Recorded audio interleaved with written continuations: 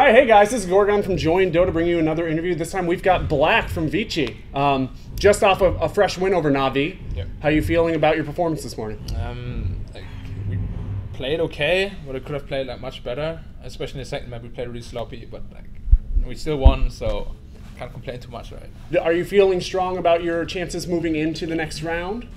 We will either play versus Navi, US, or Team Secret. We haven't really seen either of them, so we're just gonna like watch the games and then justify it from there. Yeah, because like right now I actually don't know how they play because I haven't really been able to like watch them. So Team Secret hasn't really played a whole lot since they've come together, and obviously you've seen all of those players in individual components. Yeah. But is that a large advantage for them coming into an event like this to not have a lot of games on record?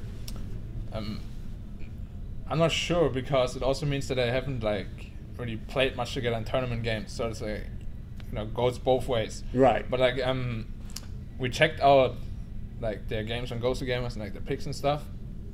They actually have a pretty impressive win rate. It's like 17-3 or something. They've been 90% or something. Yeah, they're really good. I mean, obviously, if you look at the players. Yeah. So when you come to an event like this and you know there's a live audience, does that change the way that you play? Like, do you have in your minds that you want to make it entertaining for the audience, or do you just play the way you're going to play and the audience can enjoy it or not enjoy it? No, it's actually like obviously you always play to win. Right. But like as soon as you get to like a live audience, at first I'm pretty sure that it goes for like everyone. You're like always a bit nervous and like excited and like, but when you're in the game, you're really focused. And then when you're done and you're like won and the crowd's like yeah, you actually like feel like really good. Like you should take it as like an extra motivation, I think. Yeah. Okay. I want to ask you about the way the new patch is impacting play, specifically from guys like Ice is known for his ability to kind of go off on his own and distract a team. Yeah. Some people call it, tactical feeding. Yeah.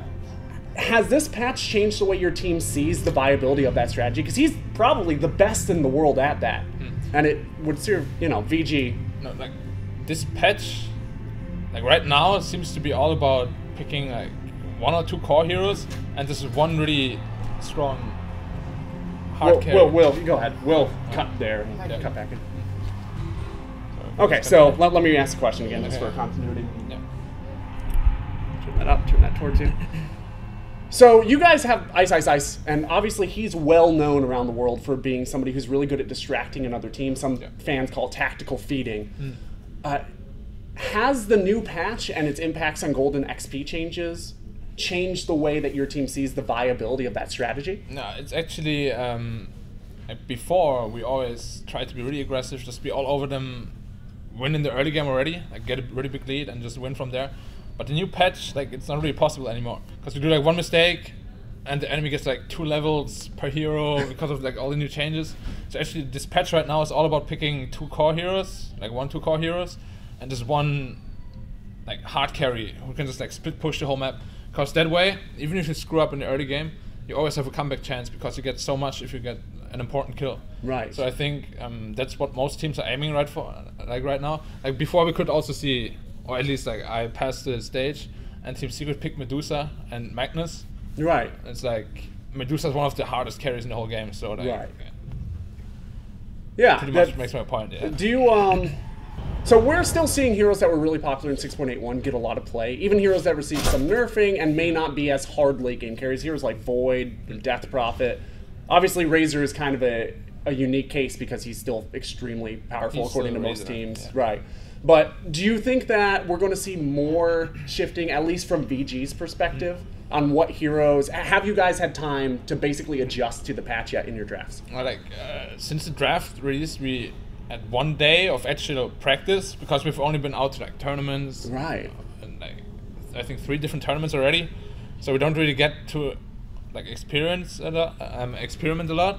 But heroes that got nerfed a little bit are obviously still really strong. Like DP, 20 seconds cooldown on her ultimate isn't really like a big deal, but it's like I'm not sure because it like takes a lot of thinking about everything and a lot of practice, which we didn't have yet. And there's the indirect nerfs to the tower gold not being as much, the DP's push isn't as strong, right? But then there's like other buffed heroes. There's so many things people didn't find out yet.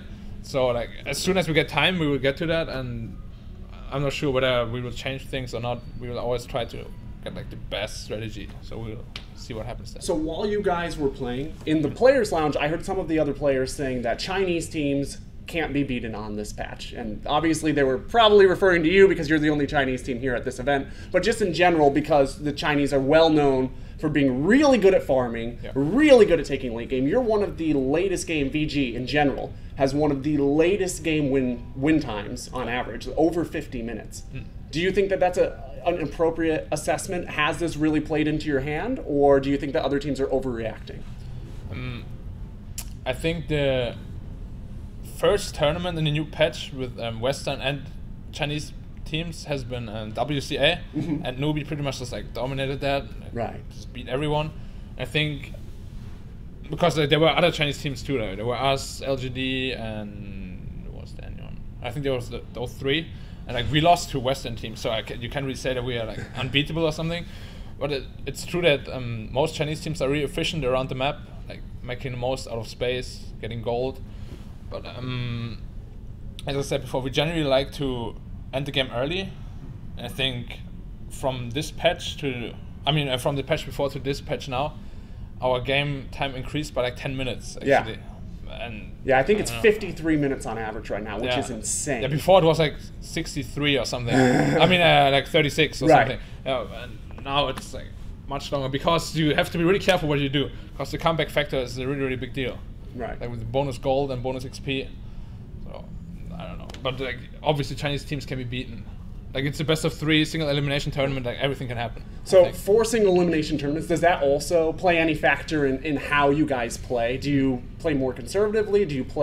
Are you more willing to take a chance on something that the other team won't be expecting?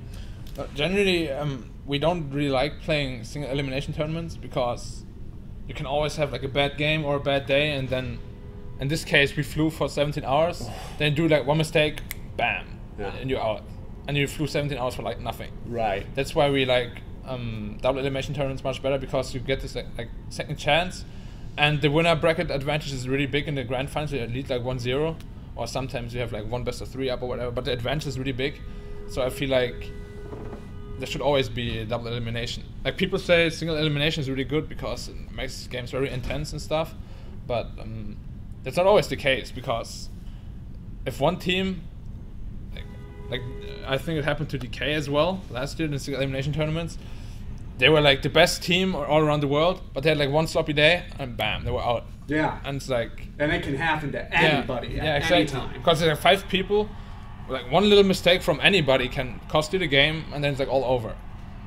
And it's like, I don't know, it just feels a bit, out of place. Right. We just don't like playing single elimination. Especially in the Western Hemisphere where you have to travel so far. Is jet lag feeling like, is that impacting your guys' performance, do you think, here? Are you at a disadvantage because you're so far away from home? No.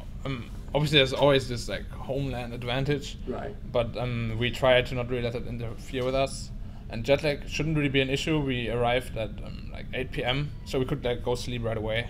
It wasn't really a big deal, so it shouldn't impact us at all. Okay, well, I know that you are looking to get back to the Players Lounge, and we told you it would be a quick interview, so I just want to thank you for sitting down. If you have any last thoughts or shout-outs, feel free to throw them out. Shout-outs to all my fans and supporters, of course our sponsors.